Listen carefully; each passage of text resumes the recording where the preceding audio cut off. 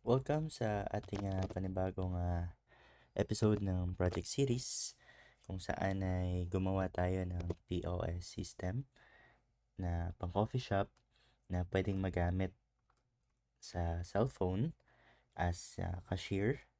Yung gumagamit ng mga cashier, dito sila mag input. And then meron tayong back office, ito mismong Google Sheets. So dito pumapasok yung mga sales natin, pati na rin yung mga ah, record natin nung sales, pag-track ng profit, dito na rin. Maging yung expenses, pwede na rin dito. Pag-listing ng mga customer, employees, and then yung pag-track ng inventory, nandito na rin. So, ito yung pinaka-back office natin. At walang access dito yung ating cashier. Ang ibibigay lang natin sa ating cashier, yung etong web app ng ating ah, Google Apps script kung saan kapag may mga transactions naga- na transactions na nagagawa tayo rito ay automatic na pumapasok sa ating system dito sa ating Google Sheets. So may may pang laptop siya, ganito yung tsura niya sa laptop. Then pag phone naman ganito. Ayan, phone or iPad, pag iPad mas malaki lang dito. Ayan. So pakita natin yung example, no? For example, customer walk-in. So pwedeng pangalanan nyo. Let's say, for example, bigay nyo ng name. Let's say, tawag dito, Sir John. Ayan. Once na si Sir John ay yung customer nyo, mag-reflect din yan dito sa customer. Yan. O automatic, siya, automatic na nakakasama dito sa ating choices. So, lagyan lang natin ang customer number 3. Try natin i-refresh. Baka mag-add na siya dito.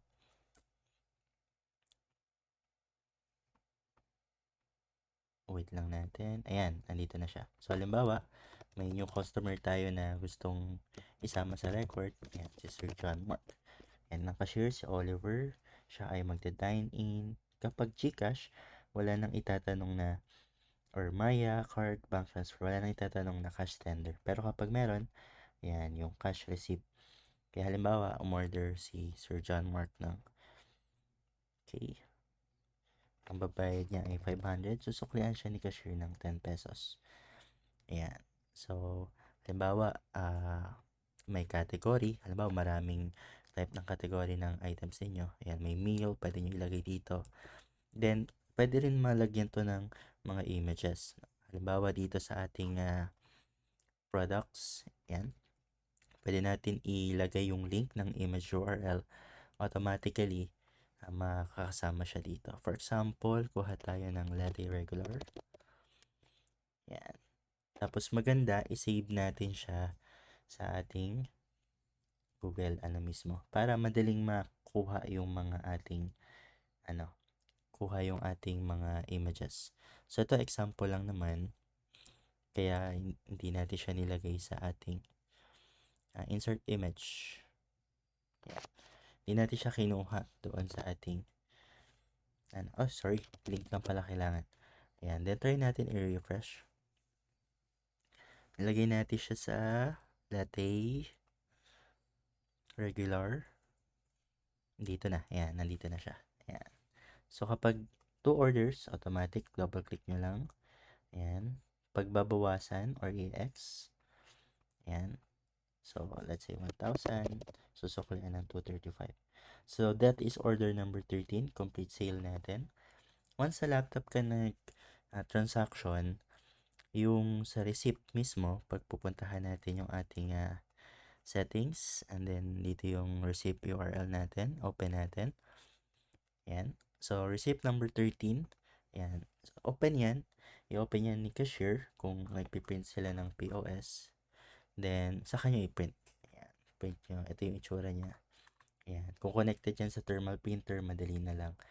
Kapag sa, kasi, sa browser, parang hindi kaya na mag-direct agad ng command na mag-print yung parang kagaya sa mga app na pagka real POS na pagka complete sale saka siya lalabas yung resibo. So sa mga browser, hindi yun directly nangyayari dahil meron pang mga layer ng ano yan, safety procedures para hindi agad-agad napapasok yung system natin. So, kaya ikaw mismo yung magko-command na magpiprint ng resibo. Okay? So, sa phone, ganun din. Lalabas lang yung receipt, pero hindi siya automatic. Ikaw mismo yung magdadirect. So, try natin refresh to para makita natin yung image ni latte regular. Yan, dito na si latte regular. Halimbawa, hindi, Americano pala yan. Ito, si latte regular. Halimbawa, umorder na 2 items. Click. Yan. Tapos, kiklik mo tong 4 items. Medyo parang ano siya, itsurang Food Panda. Then, lagay natin 500. Susuklian ng 15 pesos. Yan. Walk-in customer. Cashier Oliver. Take out. Yan. Babayaran niya Gcash. So, wala nang sukli. Once na complete sale, hintayin natin. Mag-o-open siya ng new tab sheet para ipakita yung mismong resibo. Kapag web app yung gamit natin, X lang natin to para hindi to makasama sa pag-print. So, X natin to. Cancel muna. X.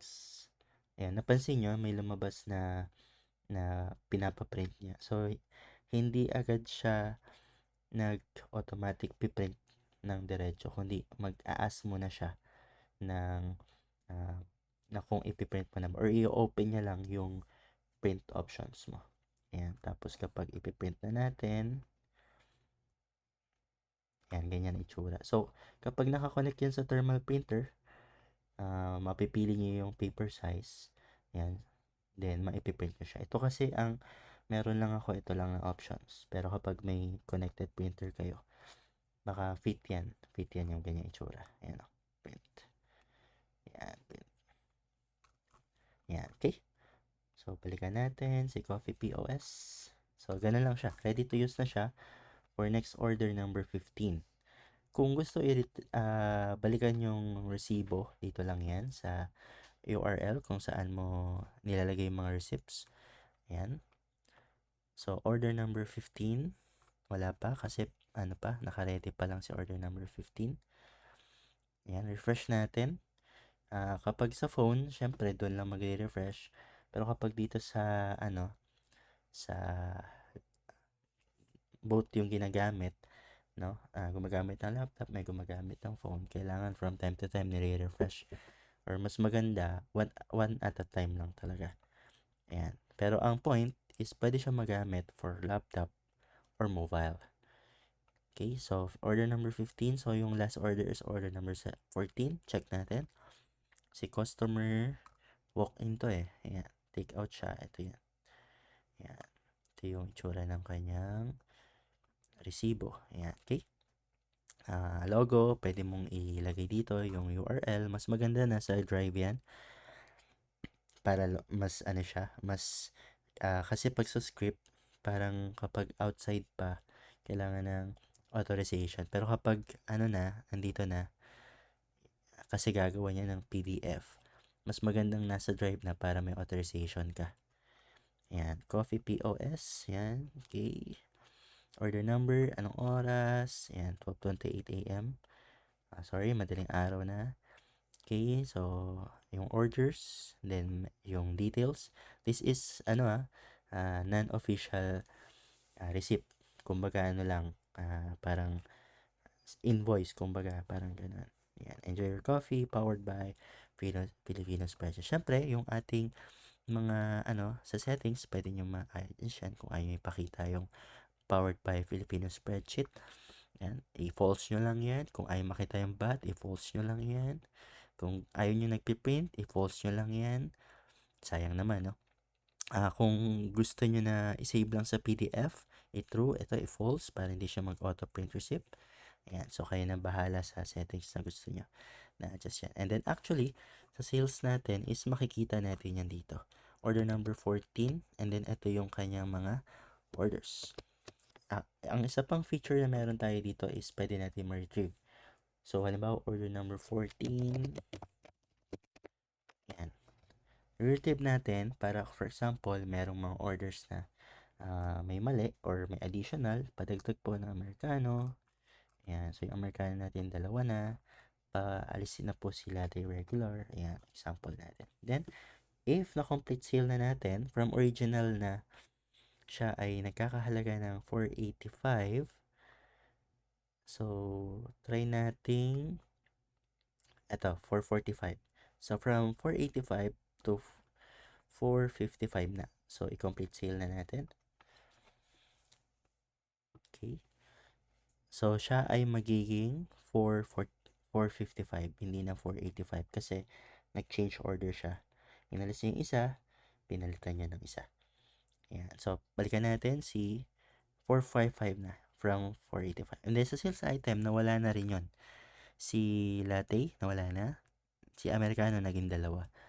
And then, sa receipt, kung mapapansin nyo, doon sa ating history, meron ditong order number 14. Ito yung original. And then, meron din dito yung, ito naman yung retrieve. Para at the same time, habang if may na-retrieve kayong order, makikita nyo retrieve siya. Ibig sabihin, yung isa, ito yung original, na-retrieve kasi may pinalitan sa order. Ayan. At least, alam nyo kung ano yung mga orders na ni-retrieve. Ayan.